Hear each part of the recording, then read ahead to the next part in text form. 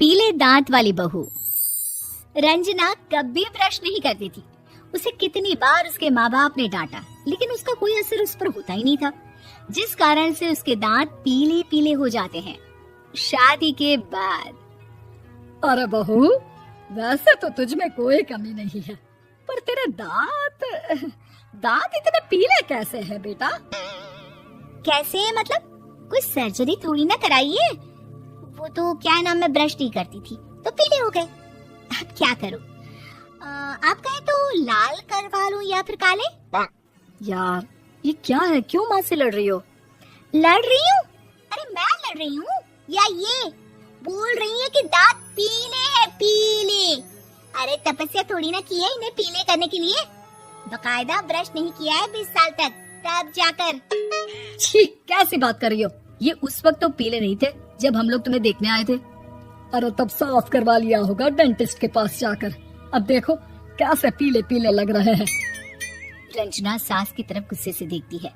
फिर शुरू हो गई पीले पीले पीले। अरे पीले तो तब भी थे जब मेरे हाथ का रसगुल्ला उड़ा उड़ा कर खा रही थी और बोल रही थी, लड़की नहीं गुणों का खजाना दे रहे भाई साहब आप। खैर, अब वो लोग करते भी तो क्या करते, पीले दांत वाली बहू पल्ले पड़ी थी तो झेलना तो था ही। एक दिन कीर्तन में रंजना गाना गा रही थी। अरे कमला बहन, माँ का द्वार है, यहाँ तो सब शुद्ध होकर आते हैं, फिर अपनी बहू को ब्रश भी नहीं करवाती तुम। दूर से पीले पीले दांत भक्ति में बाधा उत्पन्न कर रहे हैं। अरे कोई 2 साल के बच्चे थोड़ी ना लेकर आई हूँ मैं बहू बनाकर। अच्छी खासी लड़की है, अरे कैसे करवाऊं ब्रश? ये तो उसे खुद करना चाहिए ना। अब माँ बाप तो इसके जैसे तैसे निपटा दिए, ये नहीं सोचा कि सास कैसे संभालेगी। सास बहू को लेकर घर आ जाती है, लेकिन सोच लेती है कि अब इसे लेकर कहीं नहीं जाएगी।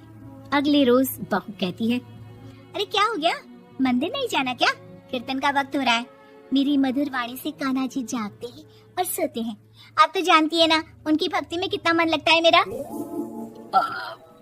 वो क्या है ना, तबीयत ठीक नहीं लग रही है मेरी, आराम करूंगी मैं। तबीयत ठीक नहीं लग रही? अभी तो मिथुन के गाने पर नाच रही थी आप, और आप बोल रही है कि तबीयत ठीक नहीं लग रही। अरे भक्ति में मन लगा लो सासू माँ, ऊपर जाना है, क्या मुंह दिखाओगी आप? हाँ? सास को बहू की बात पर गुस्सा आ जाता है। मैं क्या मुंह दिखाऊंगी, इसकी चिंता तो ना कर, समझी? अपने मुंह की चिंता कर, जो ये पीले पीले दांत लेकर हर जगह पहुंच जाती है। पता है लोग कितना मजाक बनाते हैं। ना जी ना, मैं नहीं जाना कहीं तेरे साथ। तो ये बात है, कोई ना, मत जाओ, मैं अपने कमरे में ही बैठकर भक्ति कर लूंगी। ऊपर वाला दांत थोड़ी ना देखता है, मन देखता है, भावना देखता है। और अरे बस बस, तू सब कुछ दिखा, बस ये सफेद चमकदार दांत ना दिखाना किसी को, है? जा यहाँ से। बहू को सास की बात का कोई फर्क नहीं पड़ता, वो तो जैसी थी वैसी ही रह जाती है। सुबह नहाकर किचन में खाना बनाना, फिर खाना खाना, कीर्तन भजन करना और सो जाना। एक दिन, माँ जी मैं सहेली के घर जा रही हूँ, शाम को लेट आऊंगी। हाँ हाँ तो जाना, मैंने कौन सा तेरी आरती करनी है घर पर बैठकर। रंजना सहेली के घर जाती है, जहाँ वो पार्टी में जाने की तैयारी कर रही होती है। अरे शिखा, कहाँ जाने की तैयारी कर रही है? मैं गलत वक्त पर आ गई क्या? अरे नहीं यार, उल्टा सही वक्त पर आई है। मैंने ये साड़ी और ज्वेलरी निकाली है यार, शाम को इनके ऑफिस की एक पार्टी में जाना है। बताना कैसा लग रहा है ये सब? नहीं यार, इस ड्रेस के साथ तो वो वाली ज्वेलरी अच्छी लगेगी। हाँ हाँ सही बोल रही है, मैंने ध्यान ही नहीं दिया। वैसे तो हमेशा से मस्त फैशन सेंस रखती है। तो बड़ा जाती होगी ना पति के साथ पार्टी में। रंजना कुछ नहीं बोलती, बस सोचती है कि यार काश ये बात सही हो जाती, पर मैं क्यों नहीं जाती पार्टी में? क्या इन लोगों की कोई पार्टी होती नहीं होगी? रंजना घर आती है और रात में पति से सवाल करती है, एक बात बताइए, आप मुझे किसी पार्टी में क्यों नहीं ले जाते?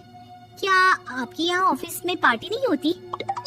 पति बेचारा क्या कहता कि दांत पीले हैं तुम्हारे इसलिए। अरे कोई पार्टी होती नहीं हम लोगों के ऑफिस में, तो कहाँ से लेकर जाऊं?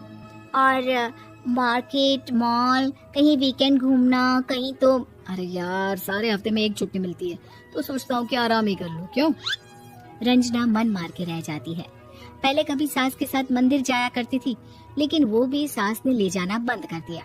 घर बैठी बैठी रंजना बोर हो जाती है, तभी उसे आइडिया आता है और वो मायके जाने का सोचती है।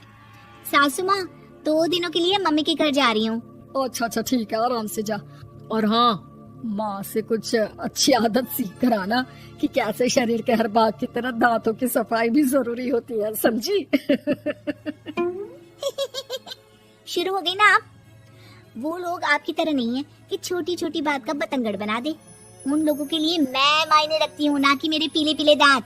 रंजना माँ को बिना बताए उन लोगों को सरप्राइज देती है, लेकिन जैसे ही वो दरवाजे पर पहुंचती है, अंदर देखती है कि घर वाले कहीं जा रहे होते हैं। अब माँ, काश रंजना दीदी के दांतों वाली प्रॉब्लम नहीं होती तो वो भी हम लोगों के साथ चलती ना बुआ जी की बेटी की शादी में। हाँ बेटा, लेकिन अब उसे कौन समझाए कि उसको उसके पीले दांत नहीं दिखते, लेकिन उसके आसपास के लोगों को कितना एम्बैरेसिंग फील कराते हैं। मुझे तो कितनी बार उसके स्कूल की टीचर ने शिकायत की कि उसके साथ कोई लड़की बैठना भी नहीं चाहती, और ना ही कॉलेज में कोई उससे बात करना चाहता था। लेकिन पता नहीं क्यों उसे ये बात समझ में ही नहीं आती। कोई कमी नहीं है उस लड़की में, बस यही कि दांत पीले हैं। वो तो भला हो जीजा जी और उनकी माँ का, जो दीदी को जैसी है वैसे ही रखा हुआ है। रंजना को अपने घर वालों की बात सुनकर बहुत दुख होता है।